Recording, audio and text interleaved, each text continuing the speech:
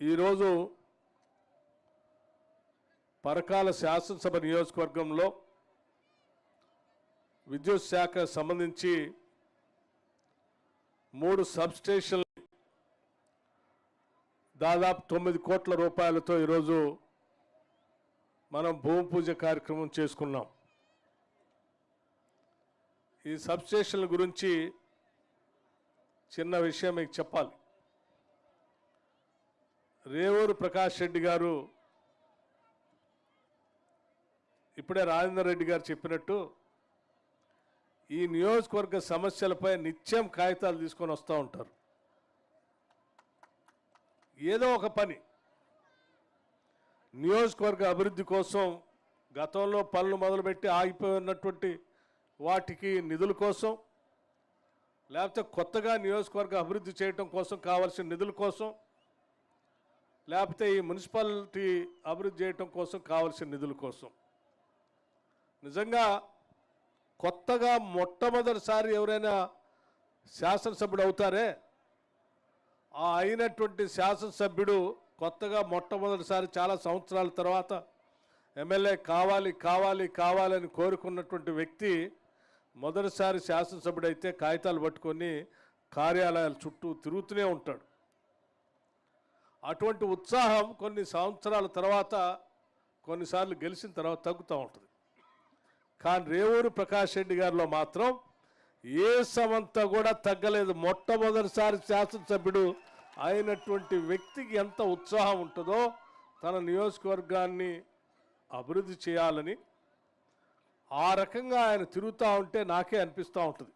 నిజంగా ప్రతి ప్రజాప్రతినిధి ఈ రకంగా ఆలోచన చేసి తన నియోజకవర్గ అభివృద్ధి కోసం పనిచేసుకుంటూ పోతే అసలు ఓటమి అనేది ఉండదని నేను ప్రగాఢంగా నమ్ముతూ ఉన్నాను.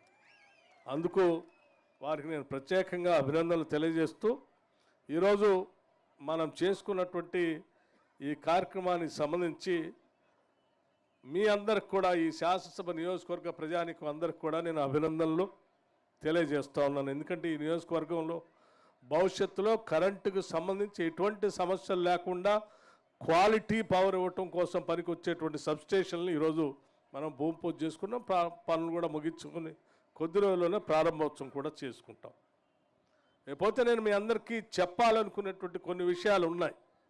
సరే, ఈ నియోజకవర్గానికి సంబంధించి స్థానికంగా కొన్ని అవసరాల గురించి మన ప్రకాష్ రెడ్డి గారు కొన్ని చెప్పారు.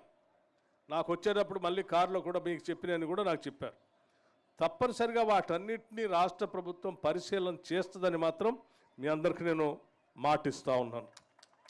సరే, ఆ నిధుల్ని ఎక్కడి నుంచి సమకూరుస్తామనేటువంటి అంశం మాకు వదిలేస్తే, తప్పనిసరిగా మీరు అనుకున్నటువంటి పనిని మాత్రం పూర్తి చేయడం కోసం నిధులను సమకూర్చే కార్యక్రమాన్ని రాష్ట్ర ప్రభుత్వం తప్పనిసరిగా ఆలోచన చేస్తుందని మీ అందరికీ నేను మాటిస్తూ, కొన్ని విషయాలు మాత్రం మీ అందరితో మనసు విప్పి మాట్లాడాలని ఈరోజు ఇక్కడికి వచ్చాను. నేను సబ్స్టేషన్ కార్యక్రమం సహజంగా చిన్నగా భూమి పూజ చేసుకొని చిన్న ప్రెస్మీట్ పెట్టుకొని వెళ్ళిపోవచ్చు.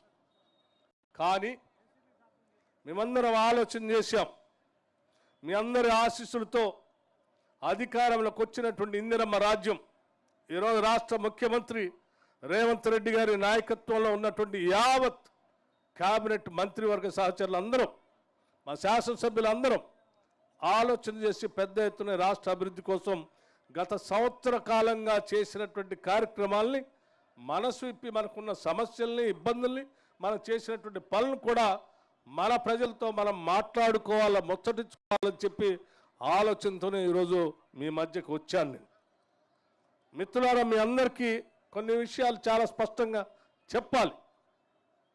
అదేమిటంటే, మన రాష్ట్రం కొట్లాడి మనం అందరం తెచ్చుకున్నాం.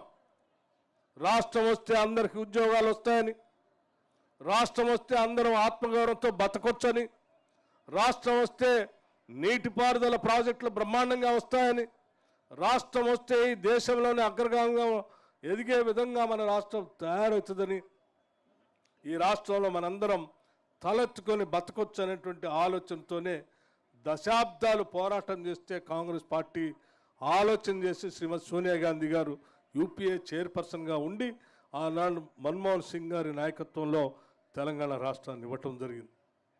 మీ అందరికీ తెలిసిందే, 10 సంవత్సరాలు మరి ఈ రాష్ట్రంలో అనేక వాగ్దానాలు చేశారు. వచ్చిన తెలంగాణలో ఉన్న ప్రజలందరినీ రకరకాల మాటలతో మోసపూరితమైనటువంటి ఆలోచనలతో డబల్ బెడ్రూమ్ ఇల్లు ఇస్తా అన్నారు, ఇంటికో ఉద్యోగం ఇస్తా అన్నారు, 3 ఎకరాల భూమి పంచుతా అన్నారు.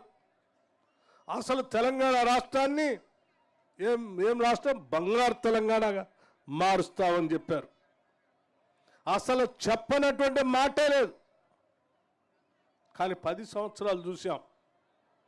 ధనిక రాష్ట్రంగా ఉన్నటువంటి రాష్ట్రాన్ని వారి చేతుల్లో పెడితే ₹1,00,000 రుణమాఫీ చేస్తా అని చెప్పి ఆ రుణమాఫీ సంబంధించి కూడా మొదటి దఫా 14 నుంచి 18 వరకు 4 దఫాలుగా చేసి ఆ ₹1,00,000 రుణాన్ని బ్యాంకుల్లో వడ్డీ పెరిగిపోయి ఈ 4 దఫాలు చేసినటువంటి రుణమాఫీ వడ్డీ సరిపోయింది, అసలు మాత్రం అలాగే మిగిలిపోయింది.